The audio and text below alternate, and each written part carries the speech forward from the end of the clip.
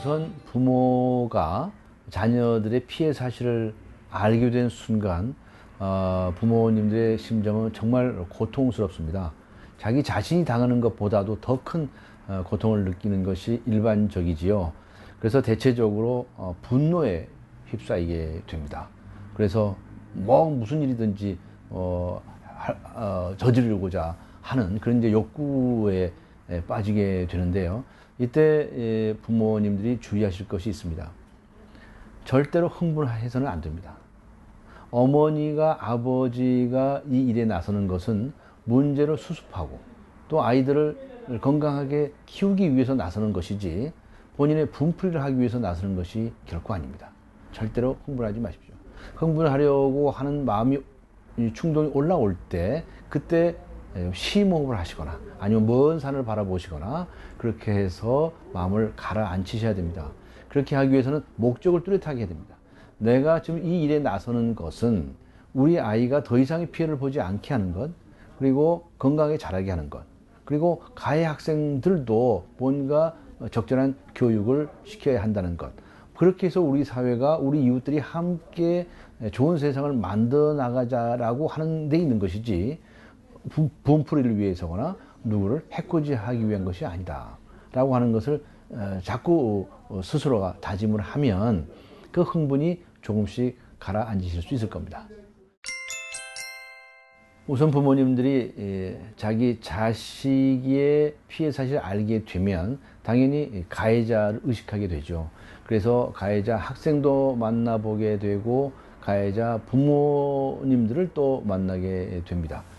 그때 우리 부모님들께서 특히 주의하셔야 할 것은 가해자의 부모된 이들도 굉장히 속이 많이 상해져 있다고 하는 사실을 감안해 주는 겁니다.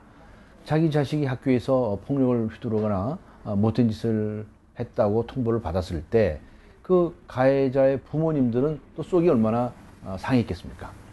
따라서 그 부모님들을 죄인 취급하듯이 따지거나 이렇게 한다거나 또는 예를 들어서 자식 똑바로 가르치라는 둥 이렇게 감정적인 말들을 하는 것은 적절한 방법이 아닙니다. 그래서 구체적으로 그 가해 학생의 부모에게 요구할 것이 있으면 무엇인지 또 그 가해 학생의 부모가 할 수 있는 일이 무엇인지 이런 것들을 또 냉철하게 생각을 해서 그 가해 학생 부모와 상의를 하는 함께 고민을 하는 그런 자세를 갖는 것이 좋다고 생각합니다. 앞으로 미래를 향해서 지나간 과거보다도 앞으로 다가올 날에 우리가 과연 어떻게 자녀들을 지도할 것인가에 관해서 서로 수기하는 그런 자세로 접근했으면 좋겠습니다. 피해자 부모님들은 이제 학교 당국에 대해서 가해 학생에 대한 적절한 처분 또는 선도 이런 것들을 요구하실 수가 있습니다. 그리고 자신의 자녀를 철저하게 보호해 줄 것을 요청할 수 있습니다. 저는 그 가해 학생과 피해 학생을 반드시 격리시켜야 된다고 주장을 합니다. 말하자면 종전의 방식에 의하면 가해 학생들은 버젓이 학교를 다니는데 피해 학생은 오히려 견디지 못해서 다른 학교로 전학을 가는 사태가 비일비재했습니다. 이것은 정말 잘못된 풍조입니다. 학교 당국에서 대처를 잘못한 것이죠. 학교 당국이 해야 할 가장 중요한 임무는 무엇이냐면 피해 학생을 절대적으로 보호하는 것입니다. 그렇게 하기 위해서 피해 학생이 학교 가기를 거부케 한다고 한다면 그 가해 학생들은 가차없이 전학을 보내야 됩니다. 가해 학생을 가혹하게 처벌하는 뜻이 아닙니다. 전학을 시켜서 일단 격리를 시키고 그 가해 학생에 대해서는 전학 간 학교에서 책임지고 선도하고 교육을 시켜야 한다는 취지입니다. 그래서 저는 가해 학생들에 대한 퇴학 처분도 반대합니다. 퇴학은 어떤 의미에서는 교육을 포기한 거나 마찬가지이기 때문에 퇴학시키지 아니하고 전학시켜서 그 학교에서 선도시킬 수 있는 대책을 강구해야 한다라는 것이 저의 주장입니다. 최근에 정부의 강력한 방침에 의해서 이제 가해 학생들을 격리시킬 수 있는 그런 체제가 마련이 되었습니다.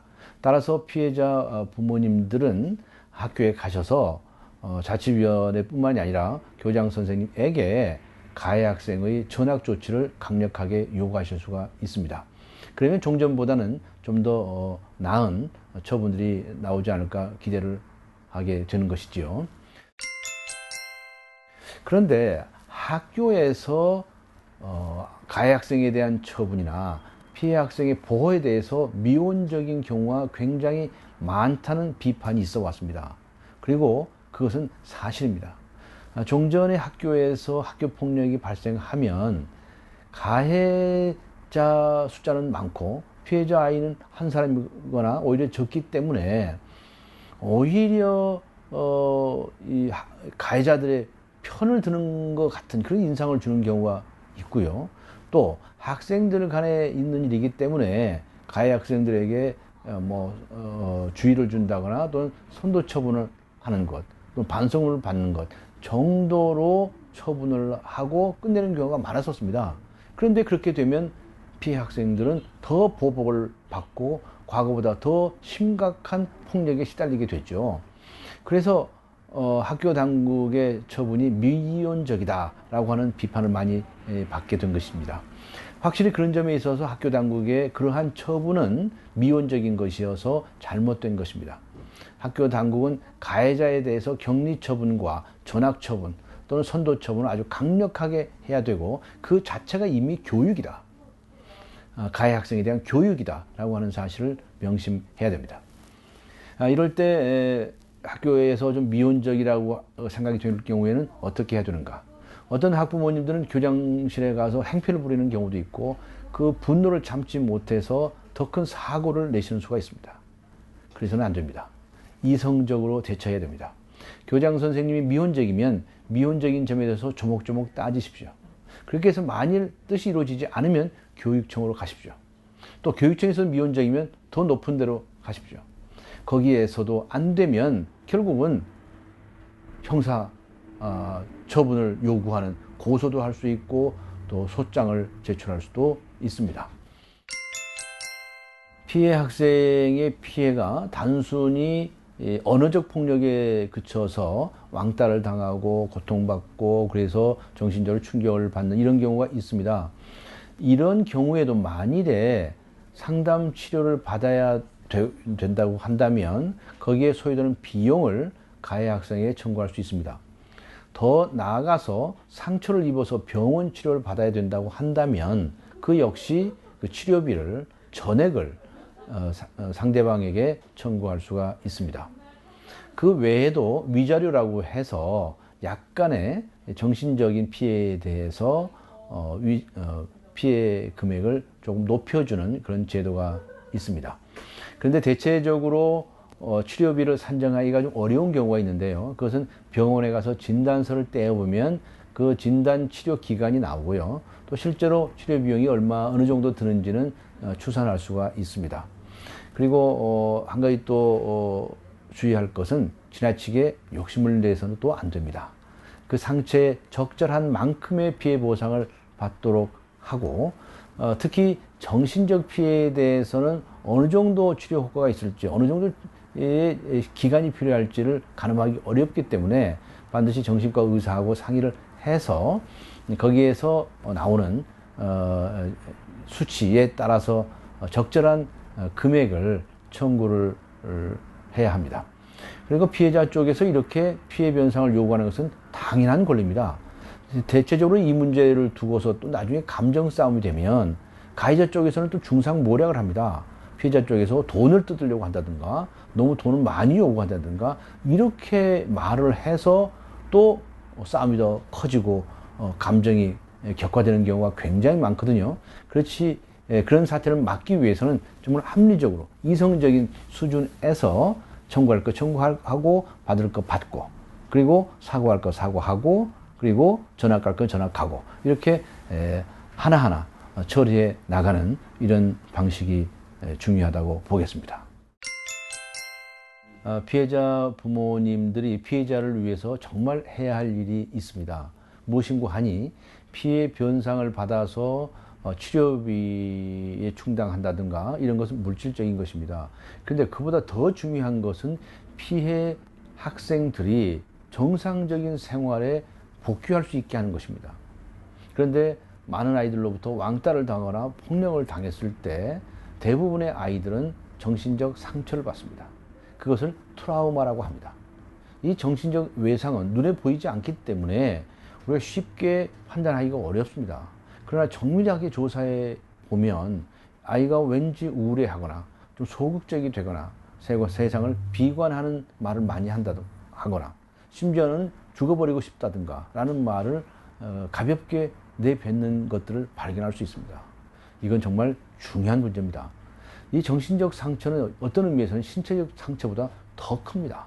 따라서 이 아이가 폭력을 당했다거나 왕따를 당했거나 라고 할 때는 반드시 심리 치유를 할 수 있는 기회를 마련해야 됩니다. 가장 초보적인 것은 가정에서 그 아이의 그 어떤 상황이든지 간에 감싸고 따뜻하게 위로를 해주는 것이죠. 예를 들면 우리 손에 상처가 났으면 반창고를 바르고 따뜻한 손으로 얼음 만져주는 것과 같습니다. 그래서 가정에서부터 그 아이의 마음을 편안하고 따뜻하게 위로해 주는 것부터 시작을 해서 조금 더 나아간다고 한다면 심리 상담가라든가 이런 전문가들의 심리 치유를 받는 것이 좋습니다. 뭐 함께 여행을 가는 방법도 있고, 또 아이가 예술을 좋아하면 예술 치료를 받는 방법도 있고, 작업을 좋아하면 작업 치료를 받는 방법도 있습니다. 여러 가지 그 아이의 소질과 적성에 맞춰서 자존감을, 자기 자신에 대한 자신감을 회복할 수 있는 그런 길을 반드시 마련을 해야 됩니다. 그리고 심지어는 정말 정신과 치료를 받아야 된다고 한다면 정신과 치료를 꼭 받아야 됩니다. 정신과 치료를 받는다고 하는 것은 낙인을 찍는 것이 아닙니다. 평생에 뒤따라 다니는 무슨 나쁜 것이 아닙니다. 외국에서 보면 젊었을 때 정신과 치료를 받은 사람들이 대통령도 되고 상원의원도 되고 그런 사람들이 굉장히 많습니다. 그것은 자기 자신이 마음 상태를 고쳐나가는 것에 대해서 도움을 받는 것이지, 무슨 그 환자가 돼서 죽을 병이 걸려서 아주 그냥 꼭 어떻게 피해를 감추고자 하는 그런 것들이 아니라는 것입니다. 따라서 심리 상담 치료는 물론이고 정신과 치료까지도 절대로 외면하지 마십시오. 반드시 받아야 됩니다. 그리고 이 아이가 정말 정신적으로 건강한지에 관해서는 수시로 이 정신 건강을 측정할 수 있는 이 설문조사나 이런 것들을 해보실 필요가 있습니다. 예를 들면 뭐 우울증 검사 같은 것도 필요하죠. 어느 날 갑자기 혼자서 세상이 살기 싫어졌다고 하는 생각을 해본 적이 있는지, 또는 혼자서 버스를 타고 저 멀리 여행을 가고 싶다고 생각해 본 적이 있는지, 여러 가지 이런 것들을 관찰을 해보면 아하, 저 친구가 지금 굉장히 이 세상을 부정적으로 보고 있구나 라고 하는 것들을 파악해낼 수가 있습니다. 그럴 때는 즉각적으로 대응을 하십시오. 마치 손등에 피가 나면 약을 바르듯이 반드시 치유를 받는 것이고, 치유를 받는 것은 우리가 손등에 피가 나서 병원에 간 것과 똑같은 그런 병원 치료를 받은 것에 불과합니다. 절대로 딴 생각하지 마시기 바랍니다.